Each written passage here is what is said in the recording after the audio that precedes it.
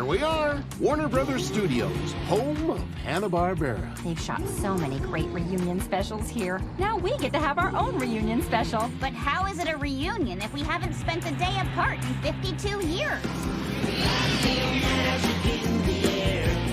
I feel magic everywhere. I feel magic, crazy magic in the air.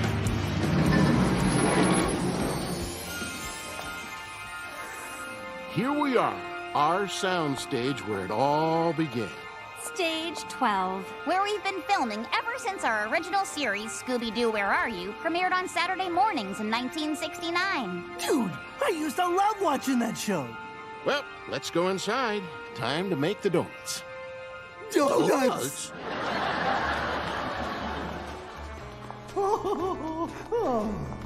It hasn't changed a bit. So many memories, so much history. I wonder if that sandwich I was in the middle of eating is still here. Not anymore. Hey, Velma, remember when we shot the scene where you lost your glasses? It was right over there. And then that other scene when you lost them again over there and over there. Hey, my glasses! I can't see without them. My glasses! I lost them. Oh, there you are, Shaggy. Okay, I get it. Velma's thing is she's always losing her glasses. I only wear them because they make me look cool. Welcome, Mystery Gang. Ghost! Not quite. A host. Although you're not too far off. There are rumors that the studio is haunted. Jeez, does everywhere we go have to be haunted? You can relax, Shaggy. I can assure you, it's just me, Janelle Parrish, a real human being.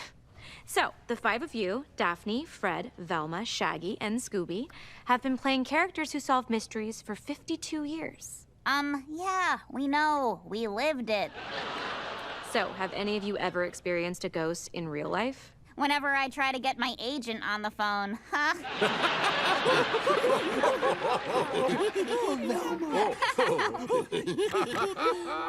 That's a cracker. We have fun. Scooby has persisted because the characters are really, really good. And it's a wonderful formula. It's iconic. It's been on the air almost continuously since 1969 in one way or the other. It has that alchemy that works for people. The idea of a trope of sophisticated, intelligent, best friend teenagers is something that has been pioneered so flawlessly in Scooby-Doo and then reflected through pop culture for every year since. The characters really are archetypes, you know, like Fred is the muscle, and Daphne is the heart, and Velma is the brain, and Scooby and Shaggy are the stomach. I think that's part of their appeal is that they're sort of universal. A kid can enjoy that right now like a kid could 50 years ago. Every generation can find something in them to remind them of themselves. So there is a lot of excitement in store for you guys today. Later on, you'll each be competing in a mixed martial arts tournament with some of the world's top fighters. Plus, Scooby, you'll be meeting the litter that you never knew you had.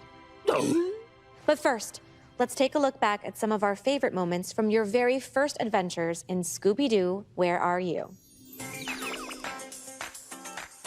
Even in the beginning, everything that made you you was there. The heart, the bravery, the teamwork. You lifted each other up, literally. When one of you lost yourself, the rest of the gang would find you. Again, literally. No matter how haunted the house, you could always rely on each other. Your resourcefulness, your teeth.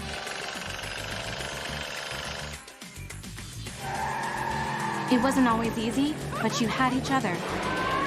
And nerves of steel. And also, the van. Show 'em, Scooby. You soared to new heights and inspired generations of ghost hunters. Yay! Yay, Scooby! No one will ever forget the name Scooby-Doo. Wow. Such powerful memories. Third time I've called him this week. Why am I paying him 10% if he can't even call me back? Shoot, I gotta go.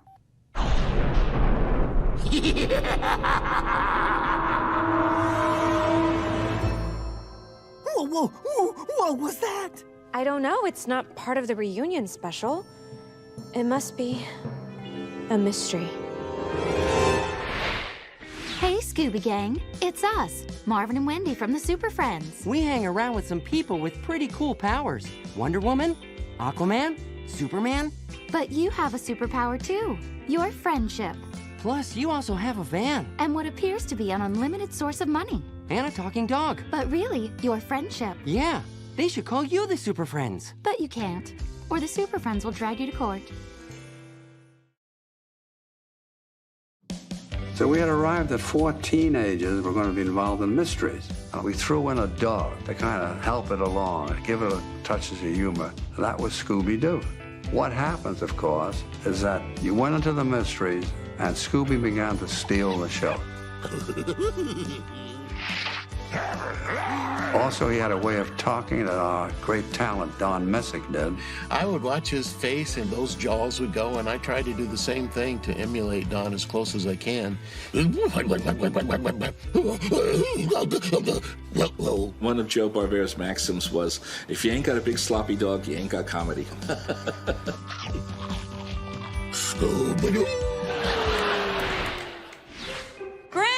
Bryn, that thing happened again. Oh, sorry about that, folks. We've been having electrical problems all over the studio. This is Bryn, our producer. Actually, I produce all the reunion specials here. Next week, we're filming the Friends Reunion. The fans really miss those characters from the original Friends reunion. Excuse me, if that was just an electrical problem, how do you explain the scary classic Scooby-Doo villain laughter?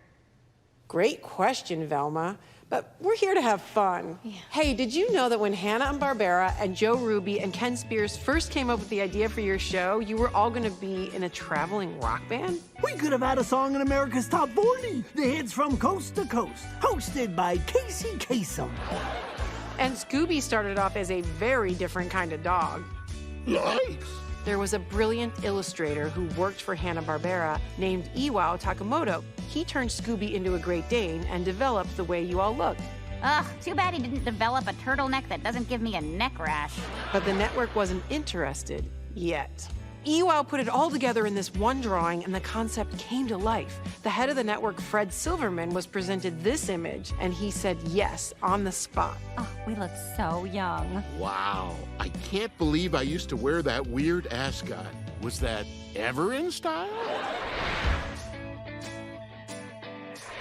Hanna-Barbera had access to some of the best talent. They knew their animators, their background painters, the writers, to help create these characters. They were practically supporting the animation industry on their backs. When you have a really great design, that will help you have a great longevity with with great characters. And all the characters have very strong silhouettes. Daphne is always like, that's a very essential part in animation, is that their silhouettes are completely recognizable. Scooby-Doo is a Great Dane. But the way Iwo designed him, he's not a champion Great Dane. Iwo actually went and got a book on dog breeds and read what a Great Dane should look like, and then he broke every rule. Scooby's got a belly that hangs down and a back that sags and a bump in his nose, and his ears are always crooked and pointing in 2 different directions, and his eyes could be different sizes. And all of those things are done on purpose because it makes Scooby charming and it makes Scooby relatable. Like what he lacks in physical perfection, he makes up for in personality. Then came the casting. Do you all remember when you came into audition? Well, in case you don't, we dug up your original audition reels, and let's just say you hadn't quite nailed the characters just yet. Yikes. Well, I'm Fred Jones, and I'll be reading for the part of Fred Jones. Huh, what a coincidence. Oh, Scooby, would you do it for a Scooby snack? Excuse me, how do you pronounce Zoe Inks? My name's Jabberjaw, and today I'll be reading to be Shaggy. I can already taste those chocolate-covered hot dogs. Let's see who this ghost really is, dum-dum. Guys, we have to check out that abandoned carnival. That's terrible. Oh, boy. Then the real work began. Right, Bryn? Huh. I wonder where... Anyway, you all got straight to work preparing for your roles, and for Scooby, that meant working with a vocal coach. Before he got that TV show, he was classically trained, doing Shakespeare everywhere, all around the country. And ironically, his first role in the theater was with another Great Dane, Hamlet, in which he played Hamlet's dog.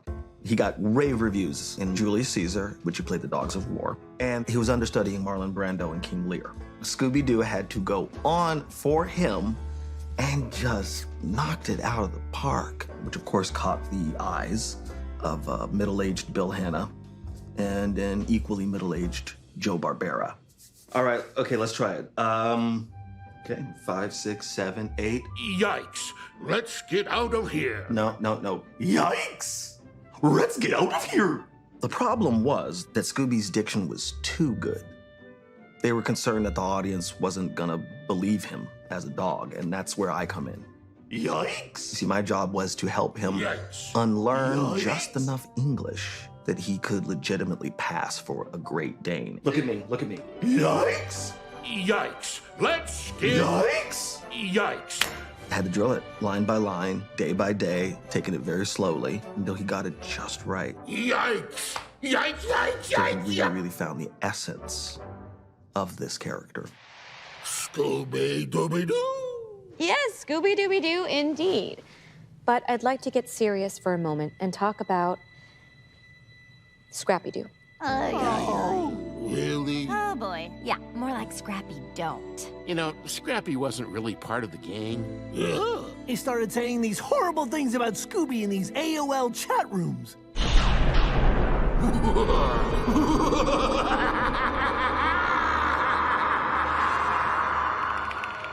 What is that sound? Is someone playing the castanets?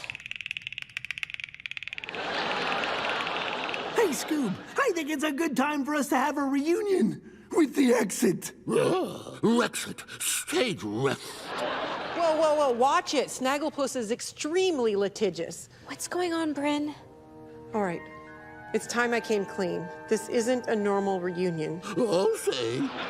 I used the TV special as an excuse to bring you all together here because I need your help. The ghost has been running around all week, scaring away all of our productions. Even the hit CW show All American wants to move their shoot to Canada and change the title to All Canadian.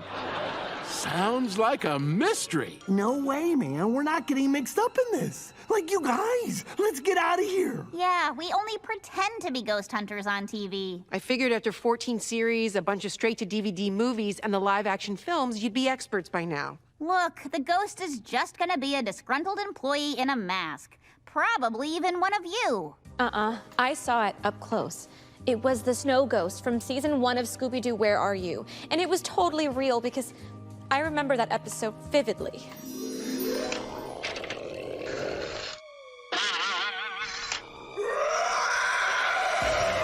Zoinks! The snow ghost!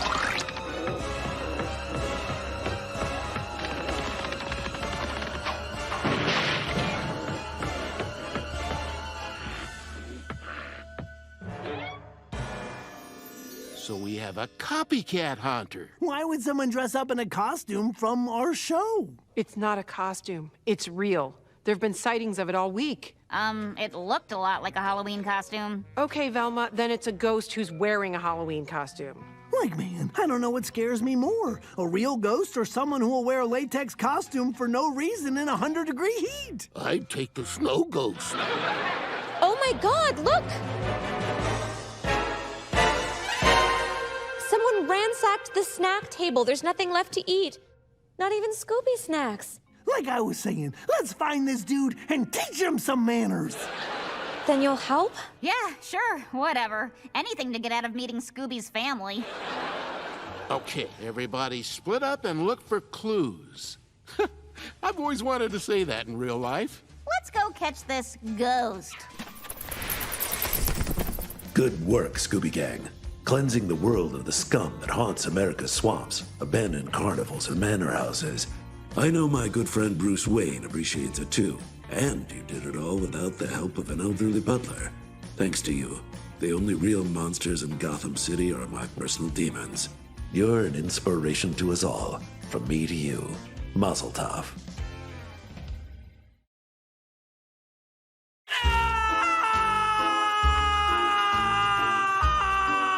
Hang on, be right with you. Getting a chance to hang out with Scooby-Doo and the gang was a million times better than one of those Kennedy Center honor things. It's just, you know, it's the top of the mountain. It's as high as you can go in the biz. And those guys were really great. Oh, Velma, she liked to have fun, you know. Well, they all did. Sometimes a bit too much fun. But I'll always treasure the time I spent with those crazy meddlesome kids. Hi, I'm Olivia Liang, and before I became the star of the new Kung Fu, I paid the bills as a martial arts instructor. One of my favorite clients was Norville's Shaggy Rogers. You know, all his action scenes in the show, they may look clumsy and sloppy, but they're actually extensively choreographed and rehearsed. He makes it look easy. The training is grueling. $4.99, $500. That's how Shaggy is able to eat and still maintain his slim figure. You know, it may not look like it with the slouching, but Shaggy is the fittest character in animated television.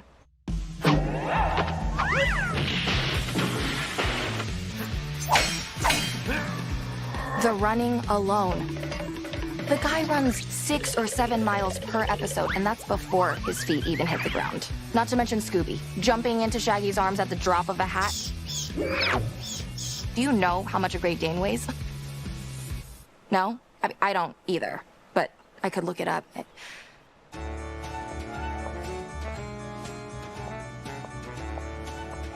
Hi, Carter. Velma Dinkley, what brings you to the costume department? The gang and I are here solving a mystery. It's about the snow ghost that's been haunting the lot. Know anything about it? Oh yeah, I've seen it around everywhere. Everyone's experiencing post-haunting trauma. We've even formed an ad hoc support group that meets on Thursdays. I mean, the coffee's not great, but Alex does bring donuts from that place on La Brea. I'm a bagel person myself, but good luck finding a decent bagel in L.A. Yeah, well, while I have you, we haven't had a change of clothes since 1969. This sweater reeks. Well, funny you should say that. Look, it's the costumes for your next movie. Wow, these are so modern. It's been over 50 years. Your style has to keep evolving. Every incarnation of Mystery Inc. has its own completely different set of costumes. Except for Scooby. He's always naked. Scooby is a nudist. He was created in 1969. Also, each of you have your own distinct walk. As a group, even the silhouette, the viewer can tell who you are immediately. And that's by design. Is my haircut by design, too? I'd be happy to give you a makeover. You know that's my kind of thing. I'm sorry I couldn't help you find any clues, but a little more than a week ago, one of my costumes went missing. And where the costume was hanging, I found this. Huh, a matchbook. And it says Bungalow 15. Whoever made this went to a lot of trouble. Actually, I think you found a clue. At least I think it's a clue. Jinkies! What? Oh, jinkies? Well, it's kind of my thing. It's what I say. What does it mean? Okay, I'm gonna take off. Establishing a character's personality by their walk was a good way to infuse personality into characters, you know, when you have a very tight budget. And they would animate that fully. Their movement is as iconic as their characters. Shaggy had a really cool walk cycle. Swaying arms and the way his feet flop up and down as he walks. That says a lot about who Shaggy is. Fred walks with his shoulders back and his chin forward. That's not a mistake. Everything about how they move says something about who they are. That area is Stars Hollow from the Gilmore Girls. You want a mystery to solve? It's a mystery to me how a mother and daughter can be such good friends. Hey, this ghost. You think it could be that producer? You know, you can't trust TV producers. Captain Cave! Daphne, Blake! We still on for Saturday? You bet. And thanks for the flowers. Captain Caveman? Really? I like him hairy. What's he even captain of anyway? Hey, look at that. Huh, some sort of loudspeaker. Wonder what that could be doing here. Probably a basic piece of equipment they use to make movies. Or it could be another clue. Everything's a clue with you, isn't it, Freddy? So exhausting.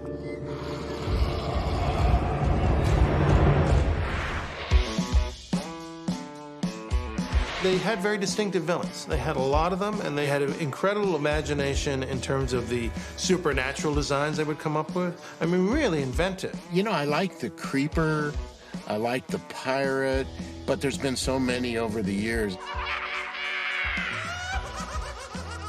I think all kids like to be scared, and I think there's a way of being scared with Scooby-Doo where it's not like you're not going to then go in your bedroom and just be terrified to shut the lights off. Scooby was my first show, so I really didn't have a lot of experience, and I wanted to do some of these other voices. I mean, it was fun doing Fred, but, you know, gosh, I see this monster, and Joe Barbera, he would go around the table and ask the experienced actors, and then he would never get as far as me because I was just like this kid, so I kept raising my hand, and finally Joe go, all right, go ahead, Frank, give it a try now. All right, you're the monster.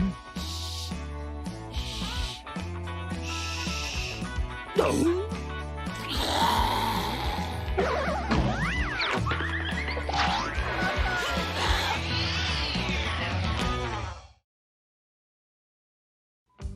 Hey, Scooby Gang. Could you use another member? I've got to get away from my dad and his bodyguard, Race Bannon. They never let me out of their sight. I'll do anything. I'll wash the van. I'll brush Scooby's fur. My dad's gonna get me killed. I just want to be a regular kid. Shoot, someone's coming. Gotta go. Help me. I got cast to play the 6th member of Mystery Inc., Laszlo the Mechanic. Yeah, whenever the van would break down in some sketchy area, my shtick was I had to fix it. Looks like we got a busted radiator belt. Sorry, can't fix it till tomorrow. Guess we'll have to stay in that, weird old motel. What did I tell you, Fred? You gotta stop riding the clutch. So, I go to the big world premiere of the show. We get to my big scene, and I ain't in it. Yeah, see, it turns out that they cut me out of the episode. In fact, they cut me out of the entire series. So, I gave up acting and got a job as a roadkill collector and never looked back. Best thing that ever happened to me, I'll tell you that. Scoob, we have had some beautiful sandwiches over the years. Yeah, we sure have, Reggie.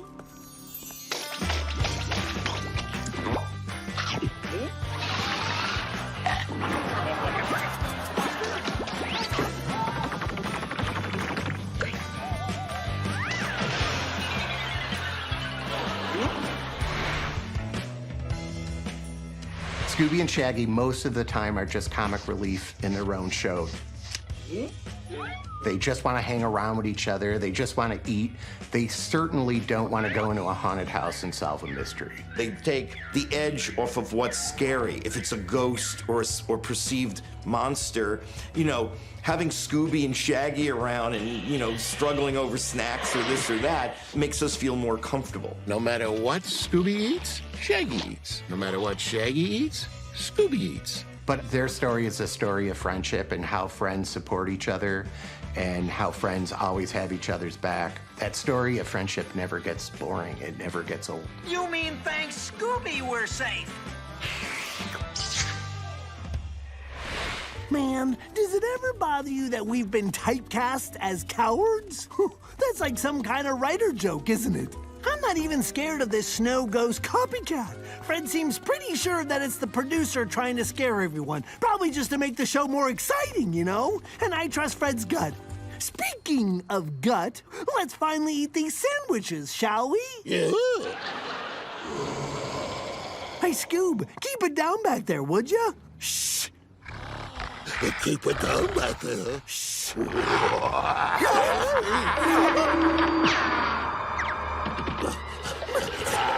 The props department! We can lose them in there!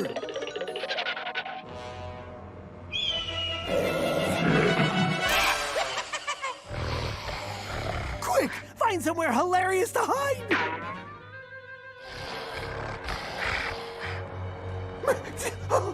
This way! This way.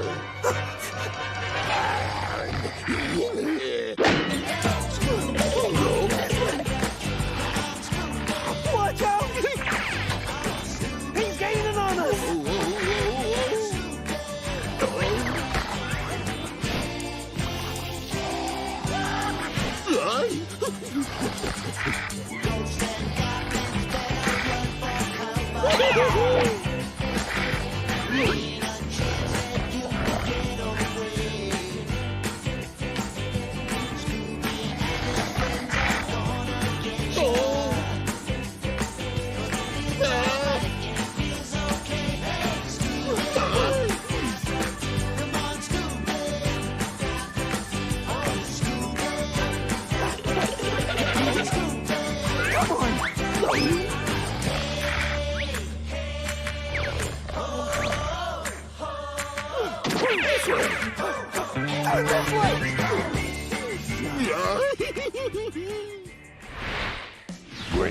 Great babe, Scooby-Doo.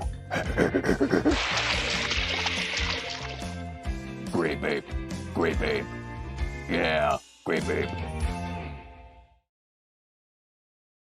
My name is Arlo Davidson, man, and I have the best job in Hollywood. In the early seasons, Scooby would eat every Scooby snack in the scene, but those Scooby snacks are very high in calories. They're filled with palm oils. By the end of season 1, Scooby had probably put on 30 pounds. And in this town, sadly, that's code red. And that's where I come in. I am Scooby's personal spit bucket handler. Coming out of USC Film School, everybody wanted this job. Sometimes I take the bucket home just to practice. I always want to be at my best, you know what I mean? I want Scooby to not even have to think about it. Spit, boom, the bucket's there. Half the time I don't even think he knows I exist. I work at my craft. Every second, every day, every chance I get. I don't quit. And I think it shows in the product. Scooby's a lean, mean, hilarious machine, and Scooby's not just a Great Dane, he's a great dog. Oh, man, are we glad to see you guys? What happened to you two? Let me guess, you were exercising on a Stairmaster. Your legs have cramped up. You're being attacked by invisible bees. You're trying to reach something at the shelf of the grocery store. Zumba? You're Elvis Presley. Put your hands in the air like you just don't care. You're at a baseball game and you're doing the wave. You were there, Shaggy. Why are you guessing? Oh, the snow ghost. It chased us into the props department. While you guys were messing around, I found a clue. A matchbook that says Bungalow 15. Okay, let's split up and canvass all the matchbook factories in Los Angeles. Or, and this is just me spitballing, we could check out Bungalow 15. We could walk there in 30 seconds. Like, have you guys even watched this show? We catch some dude and we go home. We don't have to run around town and investigate. Great idea, Shaggy. We'll set up a very complicated and elaborate trap at the iconic Warner Brothers water tower and lure him to it. Shaggy, Scooby, we're gonna need to use you as bait. Oh, I'll get the paperwork. Thank you, Scooby Gang. You've shown us that we never have to be afraid of monsters. We only have to be afraid of the psychos who dress up as monsters. Breaker, Fred. This is Shaggy and Scooby on the walkie-talkie. We've been waiting here for like 3 hours, man. What makes you think the snow ghost is gonna show? Just a feeling. I have a feeling, too. I'm feeling hot and sweaty from being in this banana splits costume all day. We have to get the suits to wardrobe later, so don't sweat too much. And don't pee in them either. Uh-oh. Now, here's my plan. When the ghost shows up, he'll see Scooby and Shaggy dressed as 2 of the banana splits. If you've ever watched their old shows, then you know anyone who lays eyes on them can't help but chase them. Shaggy and Scooby will lead them under the water tower and right into our trap. Man, Fred, you've had some pretty amazing traps over the years. Let's sit here and think about them while we wait for the snow ghost to show up. We're ready down here. Fred always has these great contraptions, but if the traps always work, the mysteries would be over too fast.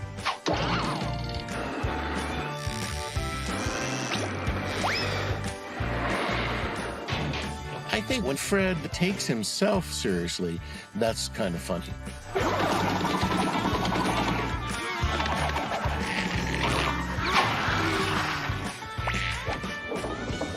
When we first wrote Mystery Incorporated, we just gave Fred his whole obsession with traps.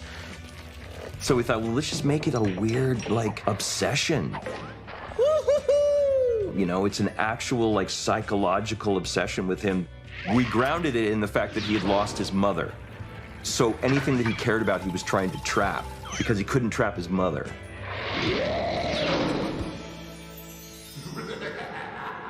Dude, that must be him! Come and get us! This way!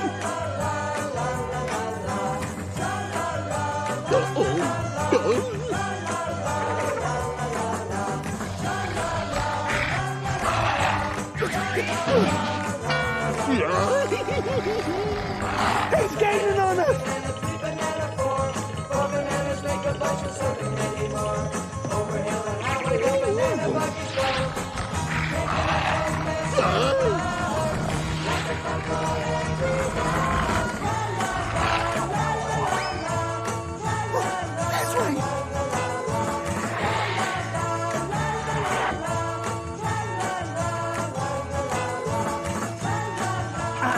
Hello? Mr. Snow Ghost? We're under here! Hold it right there! Now!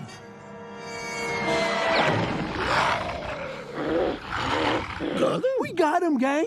Now, let's see who this Snow Ghost really is! Not quite yet. First, let's get everyone else together so they can enjoy the unmasking with us. I'm really hot in here, Fred. I said wait.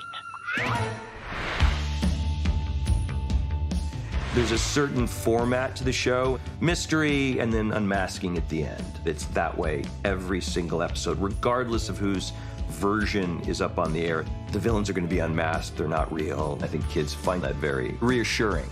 I almost always get fooled, you know, until we get to the third act, then I start figuring things out. But yeah, I got to admit, sometimes I'm not sure who I'm taking the hat, and yeah, I've been fooled. And now, let's take a look at some of our most memorable unmaskings from over the years.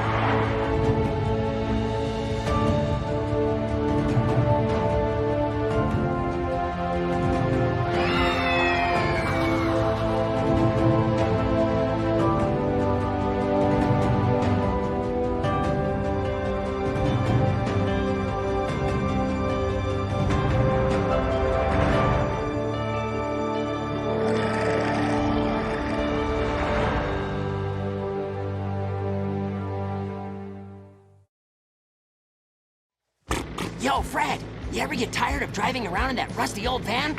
You should trade out the mystery machine for a zippy little speed buggy. Me, let the wind blow through your hair as you drive through the fog.